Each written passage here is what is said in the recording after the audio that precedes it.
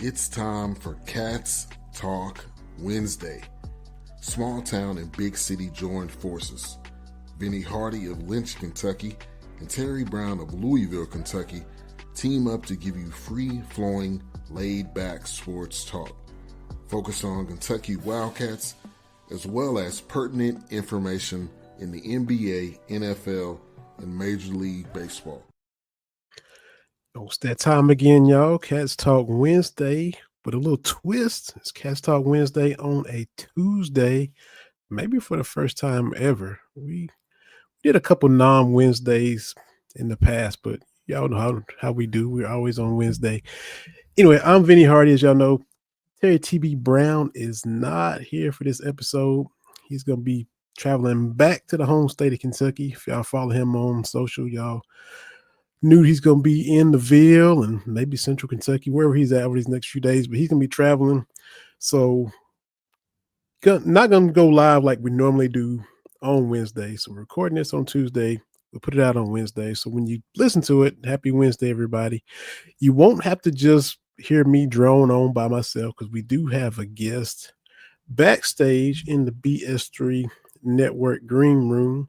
Coming to y'all courtesy of the BS3 Network. As always, bs3network.com. Appreciate Ben Sutterth for allowing us to be part of the network. Check out all the other podcasts that are under the BS3 Network umbrella along with us. Our guest is here to chop it up because it's game week. We got Kentucky football finally here this Saturday. Had a little bit of week 0. Got week 1 in earnest with the Cats taking on Toledo. We have the owner and creator of Four Wall. He writes and runs a social for KY Insider. Part of the podcast, The Bluegrass Breakdown. We have Kyle McClelland that we're going to bring on right now. Kyle, nice to meet you. Appreciate you hopping on. We've been following each other on Twitter for a while. Yes, sir. Thanks for hopping on here to chop it up, man. How's everything going? It's going good. Don't like Lexington traffic, but besides that, God's good. Can't complain. Excited for Saturdays filled with college football, and then it's only 7 more days. We got NFL football, so it's that good time of year. I feel happier than I was before because football's back. Absolutely. Man, this Lexington traffic, it wasn't even rush hour, and you were caught in some New York City type 3:30. stuff. It's 3:30. Like, come on a Tuesday. Yeah, yeah, Insane. unbelievable. So have to get used to navigating that. It'll be well, how much traffic you anticipate for Saturday's game against Toledo? Lord. See, luckily, I'm coming home this weekend, back home, Russell, Kentucky. So it's 2 hours from Lexington. Okay, Uh, so I won't be in Lexington this Saturday. So hopefully I won't have to deal with that. But I do know in the back of my mind, I know I'm going to that Texas game. And I can just imagine that the city's going to be shut down for that. So I might wake up at 7 and go to the field. I mean, just so I don't have to deal with it. yeah. I think I'm looking at the Florida game. I think me and the wife and kids are Mhm. going to be going to.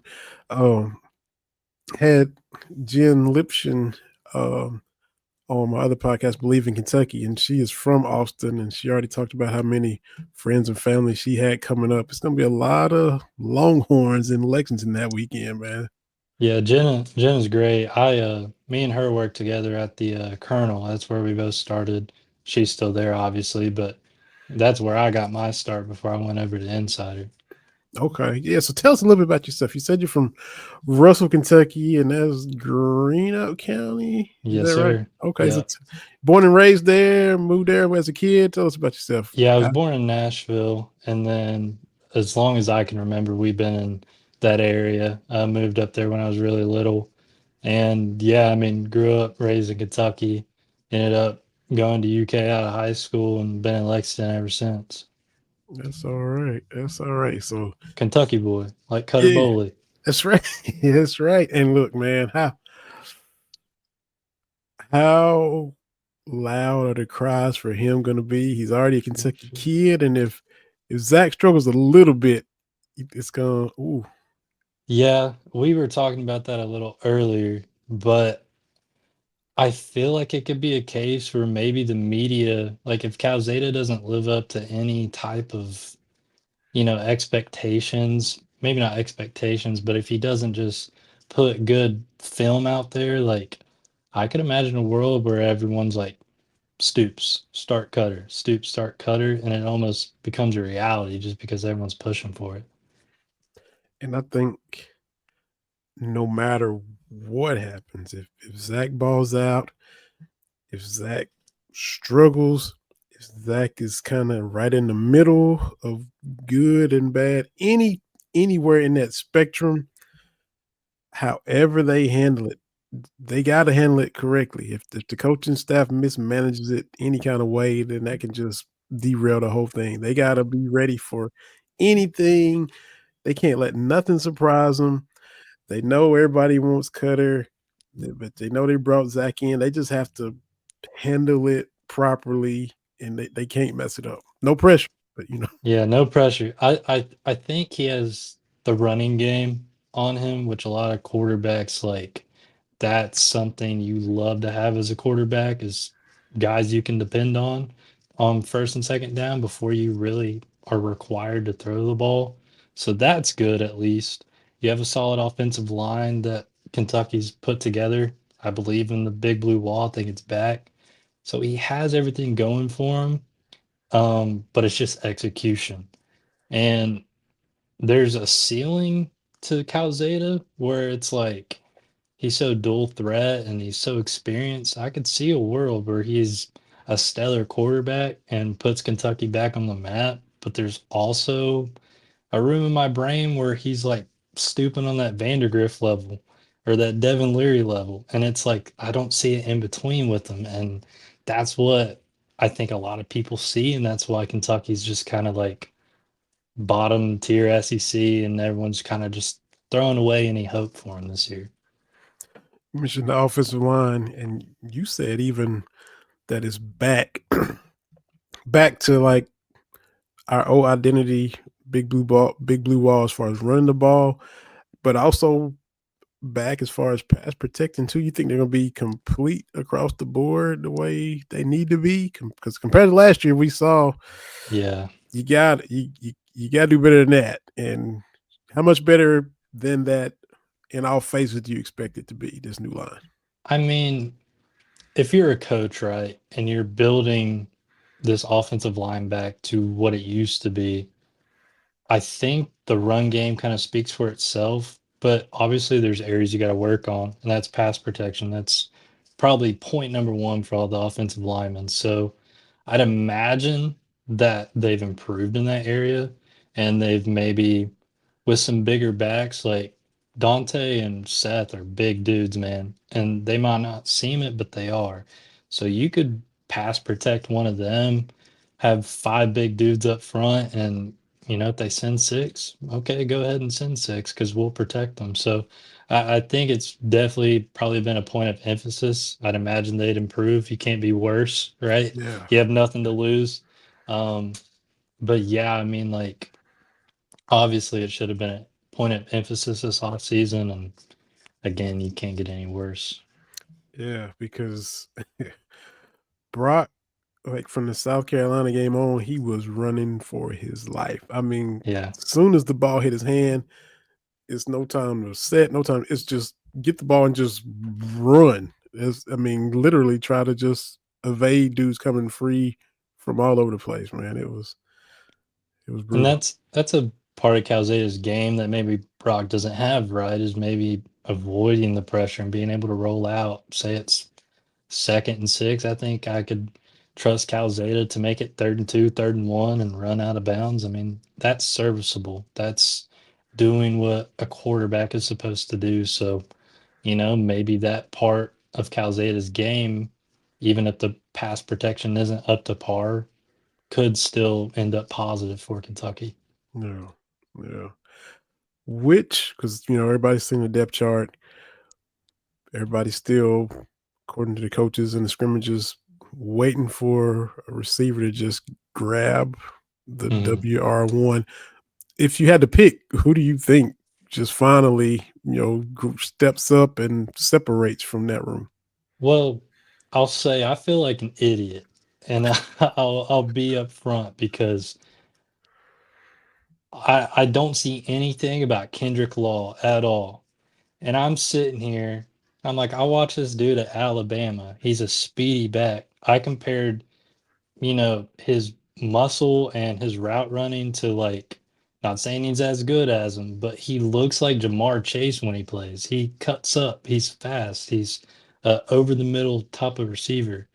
How is, no offense to other guys, but how are we putting Hardly Gilmore in the same conversation with this guy when you have someone who's been under Coach Saban, been under Kalen DeBoer. He's made SEC honors. It's like this guy is so clearly your guy you want to throw the ball to when it's like 3rd and 6. And it's clear as day to me. That's why I feel like an idiot because it's like, are y'all seeing what I'm seeing, man? Like this guy's a stud, and I believe like if Calzada can connect with him a lot, you're going to see some like Dane Key type of receiving from Kendrick Law. I think he's 100 yards a game. If you're able to get him the ball, Man, so that would be a welcome sight. it'd be nice. No Yeah. one's expecting it, but I'm gonna Hmm. call it now. That sounds good. And Macklin finished on an uptick at the end of the season, so he kind of had a little True, momentum coming in, and he's a veteran guy. Uh, you know, like basketball, he's a veteran guy in this system. This is year 2 for him under Bush Hamden, so that carries a little bit of weight as far as showing the new guys what they need to know. Just like Colin Chandler and Trent Noah and all those guys can show Aberdeen and Diabate and all that. So that year 2 means a lot. Heck, year 2 having another the same coordinator period is because right. we hadn't seen that in a while either, Kai. I'll make the basketball connection because I know it's easier. Give me Gilmore as the Kobe Barea, and then give me Macklin as kind of the Lamont Butler type of guy. But then Kendrick Laws Ortega, we all know who the best player on the team is. That's all I'm going to leave it at. I'll make that little comparison for you. There you go. I don't know. We gladly take that. Trio receivers, It towards feels par. weaker, but I mean, you experience goes such a long way in college football. And, you know, with the cutter talk and even some other wide receivers, I think everyone's done their, past dues. And I think everyone has a grasp of what the goal is at Kentucky. And that's something that gives me hope as not only a senior at UK, but as a journalist too. It gives me some, motivation, if you will, to kind of go in the right direction for the program. Just 1 year of positivity, 1 year where you're not winning one SEC game. And I think 50 new guys, experience, reps, all that is going to come together. I'm not going to say it'll translate to wins, but at least it'll feel positive. At least Kentucky will be a tad bit of a contender. At least I'd like to think so. Yeah, that'd be a good way for you to end your collegiate days with a because last year was rough. And you beat Ole Miss, and then you only win one. 3-2 after that, and then they only won one game the rest of the way, which is insane. To Yeah, to, I'll never forget the feeling of I went to that Vanderbilt game after Ole Miss, and that was fresh off their Alabama upset. And I'm thinking Kentucky's about to be 4-2 and ranked in the nation. And then that game happens, and it's just like, yeah, just kidding. You just hit a brick wall. Uh, I don't know if you remember that game. Flags everywhere, robbing touchdowns, no PI calls, holding on both teams. It was a slobber knocker game, and it absolutely drained everything from the Wildcats. And like you said, I mean, not another SEC win after that one happened. And it was ugly. It was very yeah. ugly. So they the term 1 year blip. We've heard that, and that's what last year has been described as. there was some little slippage prior to that. The home SEC record has not been good for the past little bit. Last year's loss to Vanderbilt, that wasn't the first time we lost to them in a while. We lost to them 2 years before that. So Hmm. 1 year blip was last year, but we had some bad trends even leading up to that. That first year Vandy beat us, we go 7-5, and that's the year Stoops says 2 plays away from 9-3. And you were, It's true.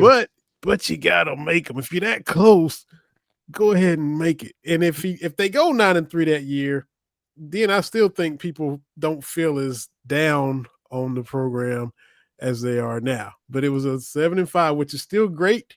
When you're old as I am, 7-5 is still good. I Yeah. mean, people your age are like more used to like, hey man, we should be doing this all the time. But back in the '90s, we had 1-10s and 4-7 seasons, and it was really rough.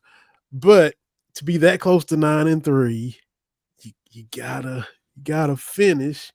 Um, and you mentioned last year being bad, but you also what in your time in UK did you see 2 10-win seasons or at least one, I right? saw one my Okay, freshman year, okay. yes. And then sophomore year was Devin Leary year, and then Mm, last year was Vandergriff year. So it's like I've seen it.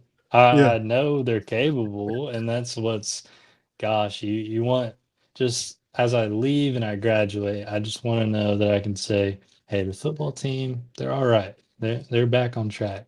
yeah, But who knows? Who knows? yeah. That's it. That's it. I will say to your point earlier, you're talking about, 2 plays away from 9 wins.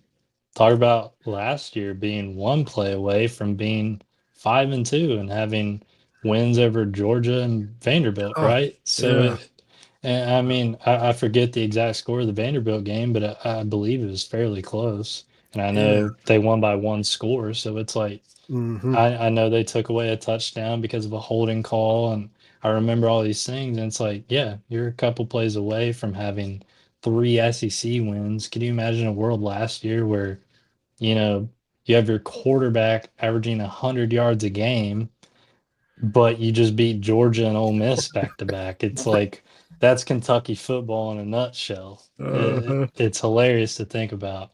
And like you said, but the fans want to say that's just an excuse. You got to make those plays. You got to have the personnel to make those plays. And you got to, as a coach with Mark Stoops, you got to help those guys learn how to execute in those big moments. And it's becoming, this feels like a prove it year. This Mm-hmm. feels like a shut everyone up, quit saying I'm getting fired type of year. I Mm-hmm. mean, and, and it's getting, one more bad season, there may be a coaching change. It feels appropriate. Yeah, and his buyout is big. Mitch Barnhart is more. He's not a knee jerk type of guy, so it'll be interesting if this year gets off the rails. What happens for sure? They're saying all the right things. You're hearing and seeing all this the business like mentality, the focus, like you said, to Mm, prove it. It's just time to roll up your sleeves and just go to work and exactly. show it. And it's that time. Talking season's over. It's time to prove it. So we'll see Saturday. Defensively, what do you expect from that side of the ball? Defensively, I'm not gonna have any expectations except for just Brad White as a coordinator. I think him, it doesn't matter who he has. I believe he can create and muster up a solid defense. And he's done that down the line since he's been at Kentucky, right? So that's a department I don't even have to necessarily worry about. I think it becomes a matter of health, a matter of keeping guys fresh every week. You got, God forbid someone like Guster or Afari goes down. Yeah, then Mhm. you're hurting. Yeah. But besides that, I completely believe in Brad White and everything he can put on the table. Just going back, it's about Bush Hamden play calling on the offensive side. I think Brad White having the notoriety he does, it'll make things easier for Bush as it always does. But, you know, We'll see. I do believe in the defense. I think the secondary is solid. I think the pass rush is solid. They have all the components. Yeah, Brad White has got a track record for for all the years he's been there. Banged up last year, had guys hurt. Pop Johnson was out. Deion Walker wasn't healthy at all, which kind of hurt Yeah. him. So yeah, now if Bush can kind of get him a track record going, he's back for year two. You can't get a track record if you keep switching coordinators. So being True. back for year two is a start. Now, he gets to add to and improve on what he did, last year. Uh, And for me, Wolford, man, he's been here, he's left, kind of like he did a Liam Cohen, left and came back. And Yeah.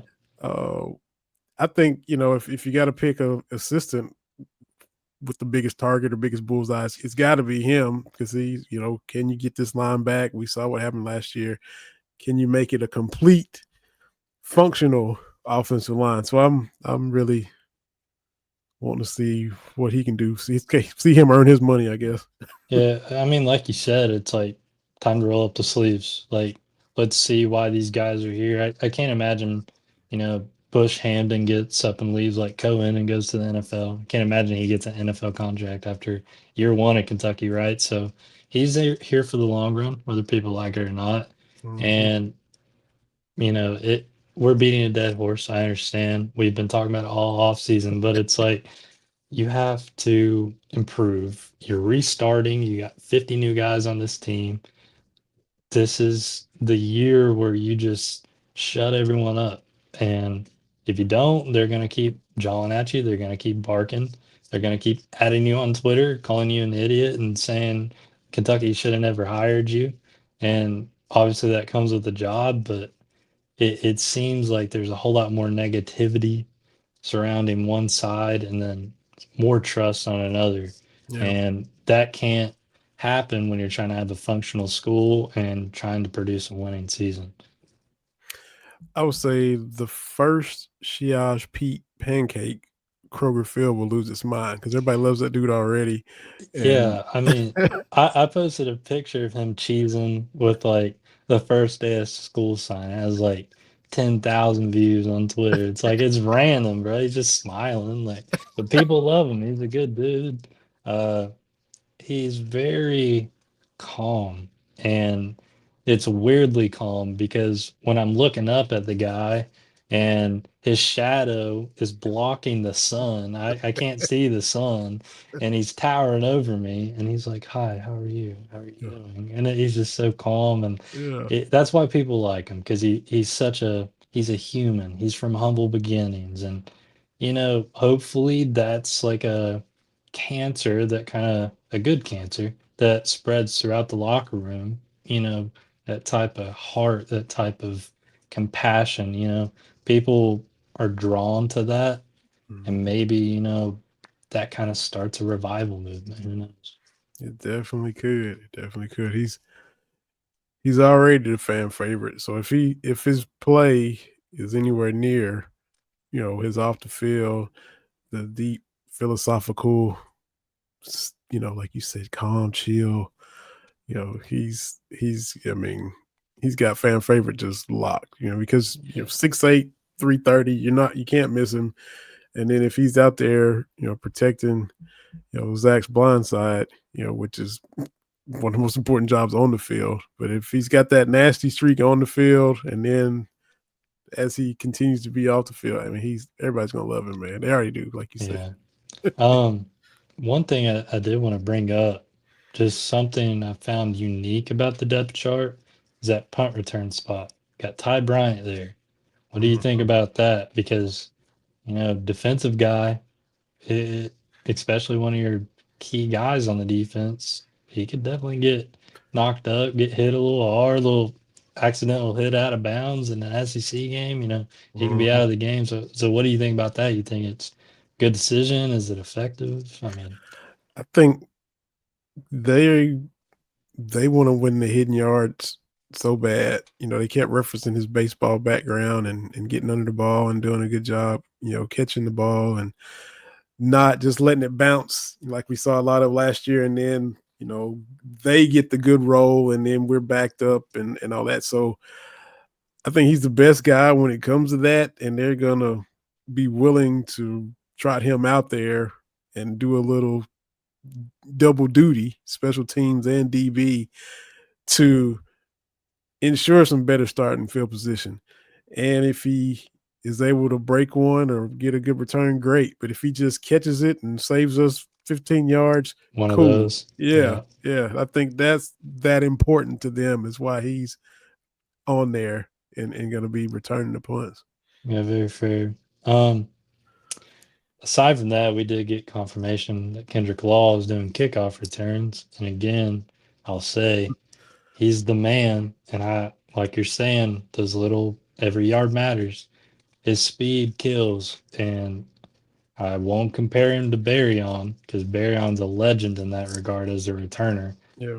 But Kendrick Law is very serviceable and a good guy to step in to fill that spot just because he has kind of the same traits as Barryon. Maybe he's not as fast, but it's a speedy guy who plays receiver for you, a big play receiver. And Mm. I guarantee he could start UK out at the 30 more times than not. And I think if everything goes best case scenario, you know, Hamden in his past, he's had 1,000-yard rushers everywhere he's been. This new, bigger, beefed up offensive line. They're wanting to get, like you said, restore the big blue wall, get that identity back of just, Mark Stoops said it, I think, in his afternoon press conference or at his Collins show last night. It's good to be a physical. We think we're a physical team again. So that basically admits that we Yeah. we lost our physicality.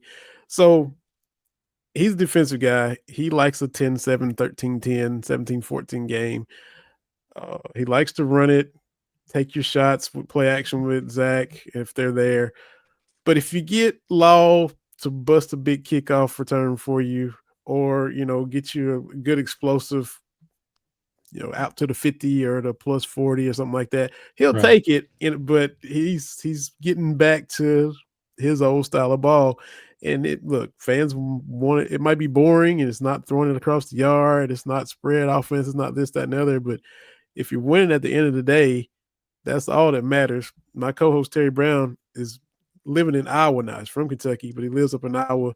Okay. He's went to some Iowa games. He was at the game where Iowa won with a field goal and two safeties. That's just how they do it. It's ugly, 7 but points. yeah, it's ugly. But Ferentz, he'll go 9-3, 10-2 every year. We would take that in a heartbeat. We'll Yeah. take 10 ugly wins from the rest of our life. Yeah, but I mean, unfortunately, that's just Big Ten ball. And in the SEC, you got LSU who likes to dump 50-point games out. You got Alabama, Texas. You have all these high-powered teams. It's like, gosh, I mean, Kentucky does not compare in that regard, and it's impossible. Maybe Kentucky should go on over to the Big Ten. Maybe. Oh, I would. That would be. Hey, Ugh, never know. I would. And I think that's just who he is. You look at the last two games against Ole Miss. You split them. You should have swept them, but it was Mhm.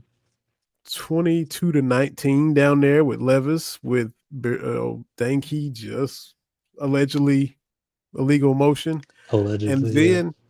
then down there last year 20-17.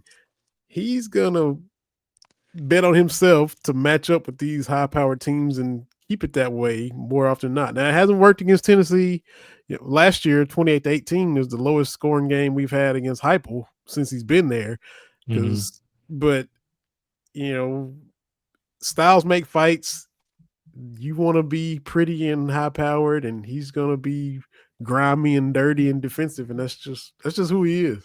Yeah, I mean, and even in regard to that, like that Ole Miss game, luckiest luckiest bounce you'll ever see in your life. And I'll never forget watching that. It was hilarious. I got I have buddies that go to UK and stuff, and when I tell you 5 minutes after Gavin gets that in the end zone, couch is being burned, and it's amazing to see. But that was Israel said it earlier on breakdown, but it was the Super Bowl of the year, and then when you look back and you're like, that was the only win Kentucky got in conference play was off of a fumble that bounced into the end zone and the backup quarterback got it. It's like, all right, Yeah, whatever. yeah. And Kentucky was due to have one go their way, as fluky as it was. Yeah, they It got it. it would have been nice to just power it in, you know, and earn it, the old fashioned way. But it took that bounce, and it worked out for sure. Um, the bomb to bury on, which Kiffin admits that's not the way he coaches. That took all of the Ole Miss staff off guard, which was Yeah. well timed, well placed, and it just a great call and a great moment for Kentucky fans down there that night. Yeah. That's the part, and I know you alluded to it earlier, that's the part where you got to get defenses because they're not stupid. They do this for every day of the year. We're just journalists and we see it how it is. Kentucky's a run team. So do you not think a defense is going to come in and just play run, play run, play run, and then they know you're going to do a little stupid screen on third down and then, the ball's there. So it's like that's where the offensive staff has to get a little creative. You got to bust out that Kendrick Law streak or get Harley Gilmore separated and hit him across the middle. I think there's big play potential. Not Hmm. saying they can't do it, but it it has to be perfect placement, perfect time, and you have to outsmart an SEC coach as an offensive coordinator. It's a hard task to do. Yeah, yeah, So, you know, it has to be the perfect moment. But there's potential there for it to happen. So, I mean, at yeah. least there's that. You got It, to it play. comes to hope and potential. That's all you can really say. I mean, Yeah, and play cleaner football, like you said. You can't have yeah, the stop the with the penalties and penalties, yeah, please. can't No one be likes seeing them. shooting yourself in the foot when your margin for error is small as it is. You're exactly right. So tell us, you mentioned your podcast. You recorded it today. Tell everybody about Bluegrass Breakdown and who all's on it and when they can listen and all that good stuff. Yeah, so me and Israel Shill, we started at the Colonel together. We've been friends since we got to college, and he's on the podcast with me. He works for KY Insider as well now. And we do the Bluegrass Breakdown every Wednesday at noon. It goes up. Playing around with the time because of the school year, but it will be every Wednesday. We can confidently say that. Um, and it's on YouTube. We post clips of it on like all our socials too, with links to the entire podcast. But usually it's just me and Israel every week. We try and have special guests when we can. Um, but yeah, I mean, it's basically it's a good weekly recap show. What happened? What would a Kentucky fan maybe not know that's a little underground?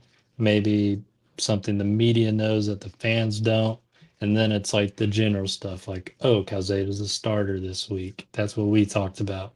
So it's a great little wraparound show. And we just started it a couple months ago. Not even months. I mean, gosh, I think it was July or June, Oh, okay, but cool. it's very new.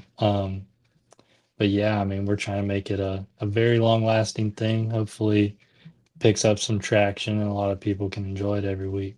Absolutely. And look, BBN, we love all content cats, no matter what it is. And there's, you know, as much as there is, there's still people wanting to consume and different angles and different approaches and different deliveries and different styles, but it's all blue and we love it.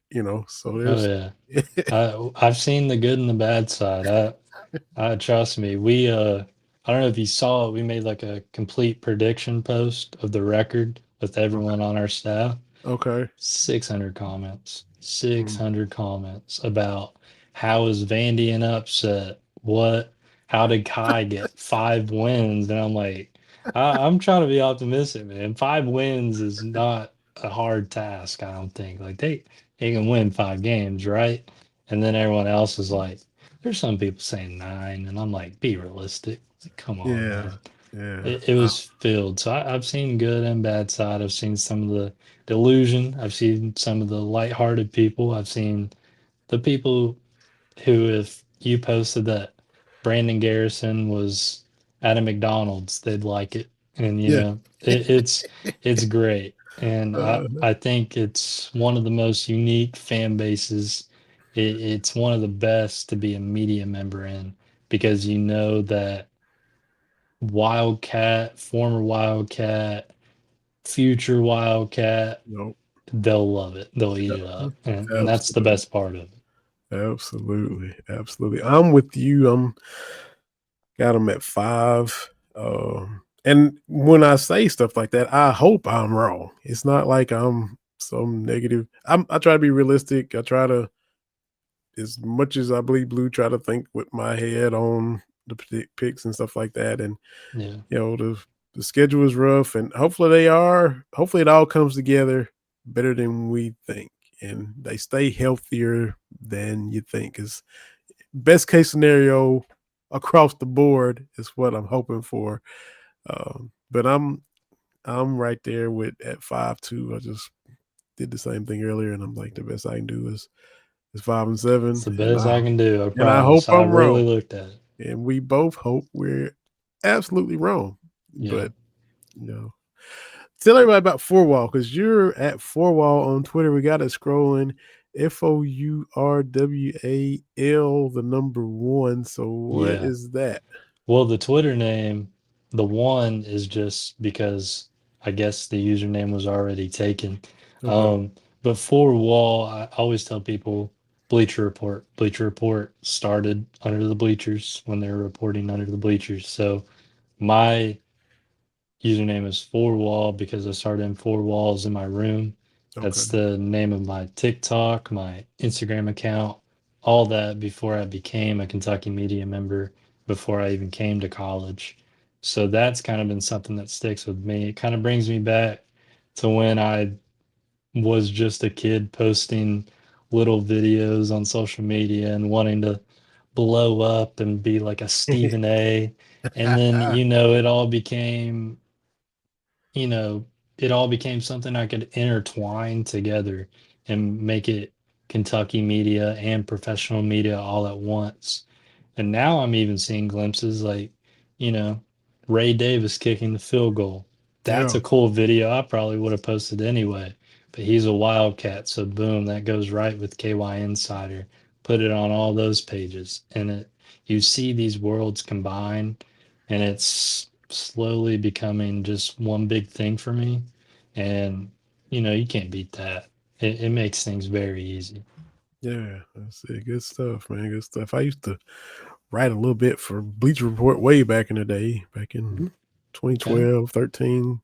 Uh, it was like they put me, they asked you all your favorite teams, and of course, Kentucky, Cowboys, Braves, and Rockets. So they had me doing Rocket stuff. So it was a little bit difficult Okay. not being I'm in a Houston. Rockets fan, so Are you really? My yes. man, my Yes, guy. sir. All right, we can definitely bond over that. So how you feel about KD, man? I'll be honest, I hate Kevin Durant. I respect the crap out of him. He's a legend, no, but I hate Kevin Durant. I'm a mm, LeBron James guy. And okay. I apologize if you're not, but LeBron's my GOAT. He'll always be my GOAT. And then you have the whole era where KD joins the Warriors and he snakes out Russell Westbrook and OKC. And it's like, how can you like the guy? Mm, But all of a sudden, he's on the Rockets. And that's probably, if you would have told me 5 years ago, oh, yeah, Luka's on the Lakers with LeBron, Kevin Durant's in Houston, I feel like, what are you talking about? Like, yeah, right, dude. But it's a cool. it's new, and Houston got rid of Jalen Green, which I love him to death. He looks cool, but the performance wasn't there in the playoffs. You got to go get that stud veteran that's going to produce for you every single night. And they got that. And then maybe the trade's risky, and maybe you're trading for a guy that's almost 40. But hey, I mean, we'll see how it works out. The lineup looks deep, and you have so many playmakers, and it kind of scares me because Durant's had super team after super team after super team, and it's failed and it's failed and it's failed and it's failed.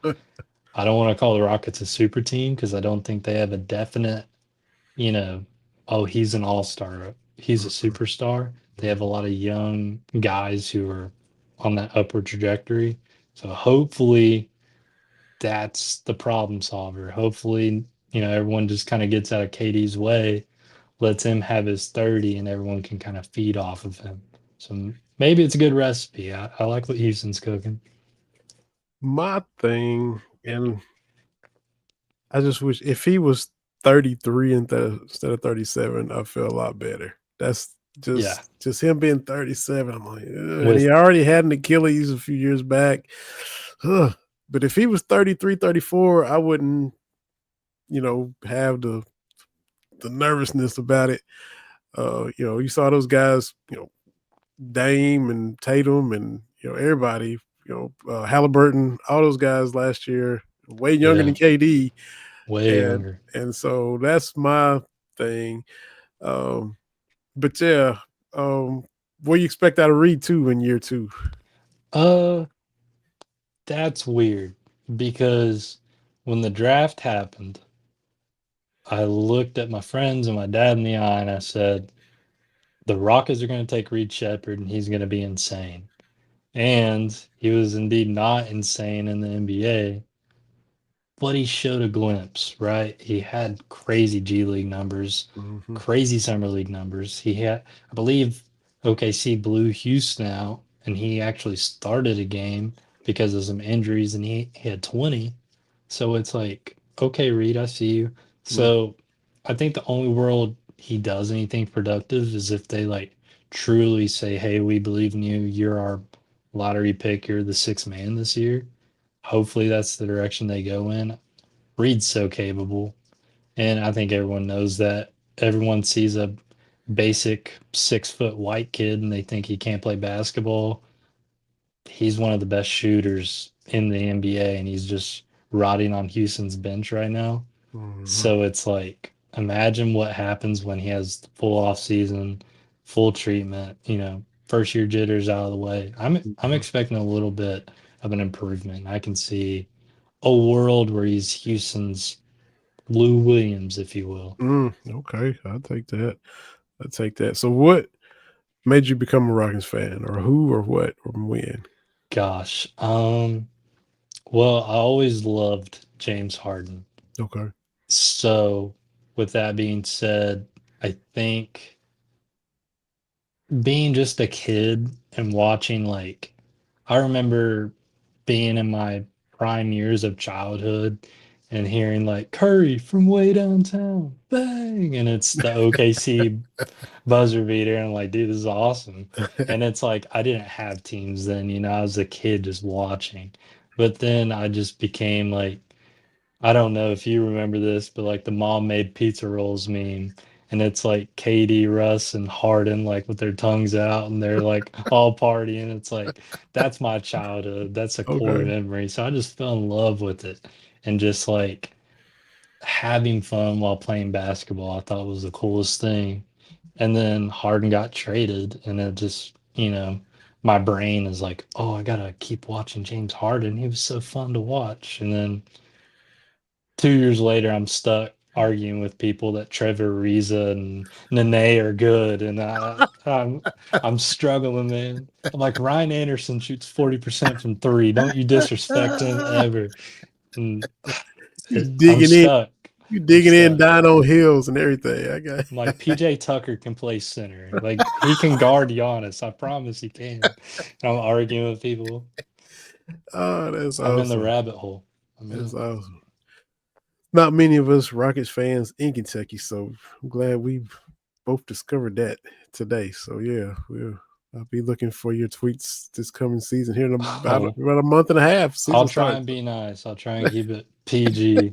It's not bad anymore. Jalen Green's gone. Jalen Green was like, he would drop 40. And I'd be like, Yeah. oh man, this guy's watch out. And then I'm Mm, like, he dropped 6 points on 2 for 19. And I'm like, all right, yeah. get him out, bro. I don't want him anymore.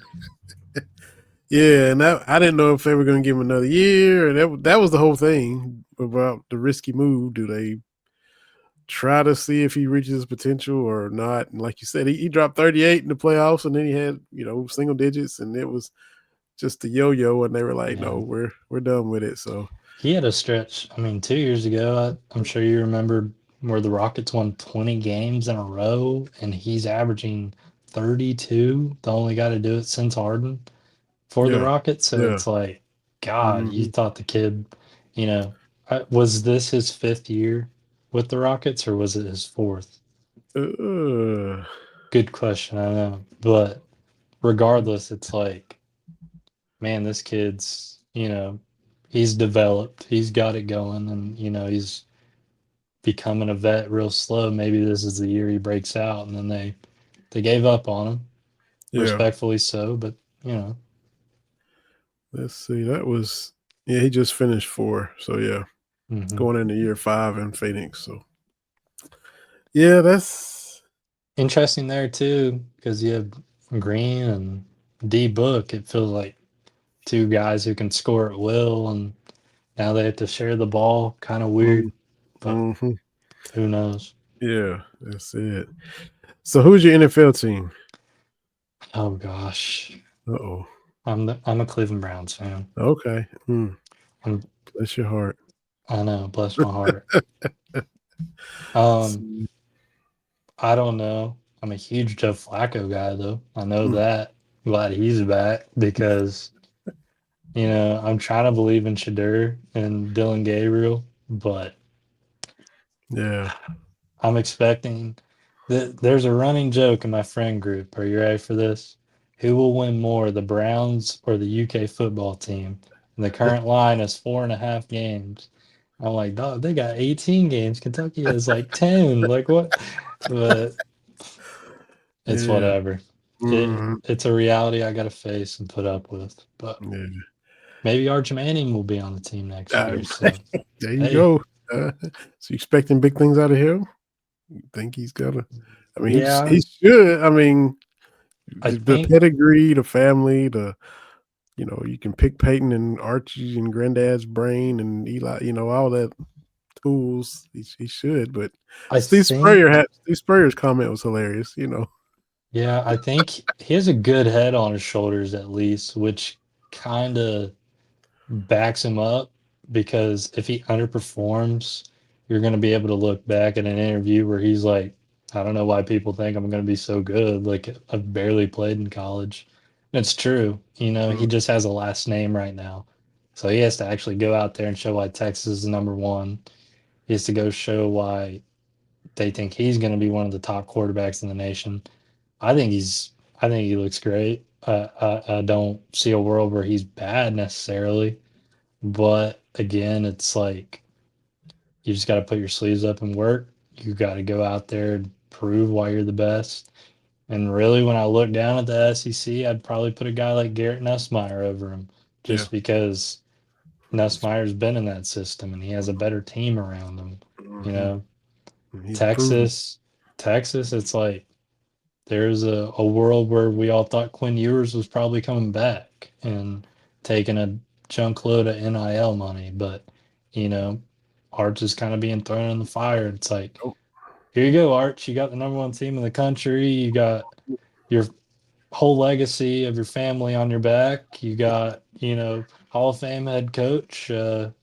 So we expect 303 from you, and no less is a disappointment. And that's a tough standard yep. to start your career with. So we'll see, I guess. Yeah, it's definitely gonna be interesting.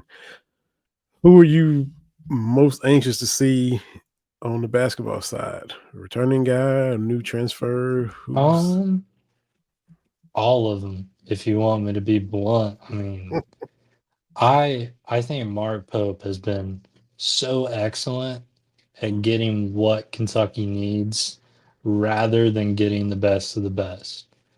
Because I remember a world where, they were going after Yaxel and they were going after Boogie Fland, and it's like, we don't need those guys though. We're gonna go get a Mo Diabate. We're gonna go get an Andre Yelovich, and maybe ESPN won't report it, but they'll be reporting it when Diabate has a double double with 3 blocks. you He crafted the team very well.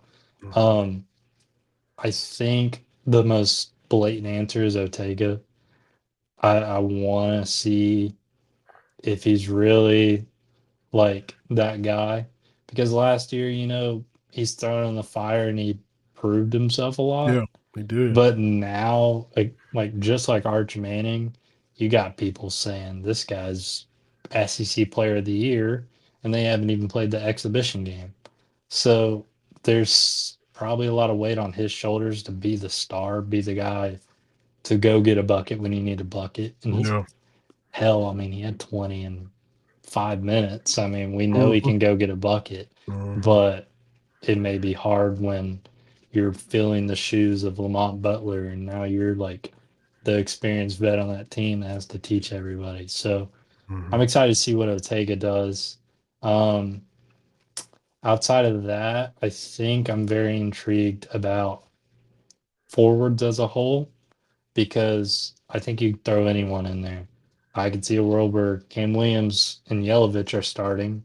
I could see a world where you have Otega at the 3 and BG playing the 4 with JQ at the 5. So I want to see how they all mesh. Who's the guy sitting on the end of the bench with the grad students? That's Mm, the weird question you got to talk about. And if I were to guess right now, it'd be Trent Noah and Colin Chandler would be the guys not playing that much, mm, which seems weird when you have Trent Noah leading the team against La Familia in their scrimmage, with Colin Chandler apparently shooting 35 true shooting percentage, which is absolutely insane. mhm. So it's like the team's loaded.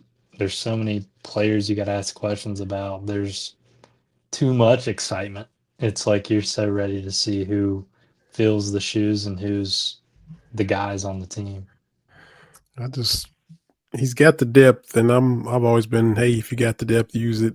Don't trim your rotation down to 7.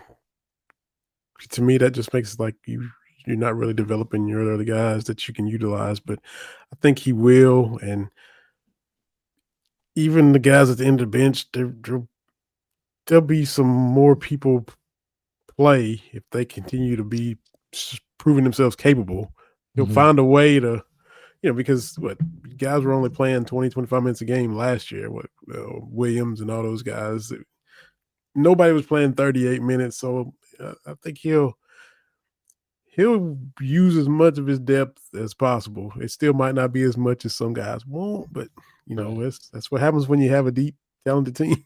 Yeah, it's a weird dynamic too, because it's like, you have one of the best freshmen in the nation, and you know, you're probably telling them, I know you didn't come to Kentucky to come off the bench. I know you're probably an NBA lottery pick next year, but you're going to be our sixth man. Yeah, It's like, how do you have those conversations? How do you even like ruffle the feathers and make sure everyone's happy? I can't imagine it's an easy world to live in for Mark Pope. yeah. Like that's the term that he microwaves chemistry. He'll have to do that again, and Yeah, yeah, he's he did it last year with a lot less time. He's got more talent and true. more players this year. We'll see how he does it for year two. I will say, don't wring me by the neck, but I'm a UNC basketball fan. Lord have mercy. Yeah, I'm all over the place, man. So that's from my dad. Dad raised me up in the baby Jordan shoes and Oh my God. all baby blue. And everything, and gracious. I've been in it. So I'm Oh, used to seeing like that national championship run they went on, lost to Kansas. Played 6 guys the entire March Madness tournament. 6 ooh, guys. It yeah. was the starters and Puff Johnson. And it's like I know that world and I know it's not easy. So Mhm. tying it all back together, having 15 guys that can play for you is probably a weight lifted off your shoulder as a coach, but also a hard thing to balance. Yeah, good problem to have, but it's difficult for sure. Yeah. For sure. Well, Kyle, man, this has been a lot of fun. I appreciate you taking the time and glad to have you on for your first time on the podcast with us. Definitely gotta get you back. Get you back in the NBA, talk some Rockets or talk Cats as well, even though you just said you're a Tar Heels fan. That is what it is. But See, yeah. man, like I got bullied. I got bullied real bad. I got to expose myself real quick. Caleb Wilson, I posted a clip of him dunking on someone in practice, and I said, "You're telling me Brandon Garrison is guarding this?" Oh boy. Oh, I got bullied. I Oh got boy. bullied, but I learned my lesson. I shut my phone off for the first time in a couple of years. I held it all the way, swiped power off, and just set my phone down. I couldn't handle it, so it was bad. You hit the right nerves with you, and yeah. Yeah. So hey, good stuff, man. KY Insider, Bluegrass Breakdown, Four Wall, that cover everything, man. Yeah, hopefully I start some new things and branch out there. I'm all over the place, but I love being all over the place. I hope everything keeps growing. And I appreciate you obviously for helping me doing that. It's been an honor, an hour on this talking to you. It's been great. So I Hey, appreciate it. enjoyed it, man. Honor being able to talk with you and been following each other forever. And I'm glad it worked out to get you on. And we'll definitely do it again, man. You're a friend of the show, and we'll definitely have you back on in the future, man. So appreciate you. And we'll put a bow on this. Next time we come back, we'll be having real football games to talk about. Kentucky will have a win or a loss in their column. We'll be looking ahead to Ole Miss, looking back on Toledo. And it's that fall time of year where all the sports are going on. NBA's coming. Baseball's getting the wild card in the playoffs and all that. NFL is starting. So it's everything going on at once. We're almost there.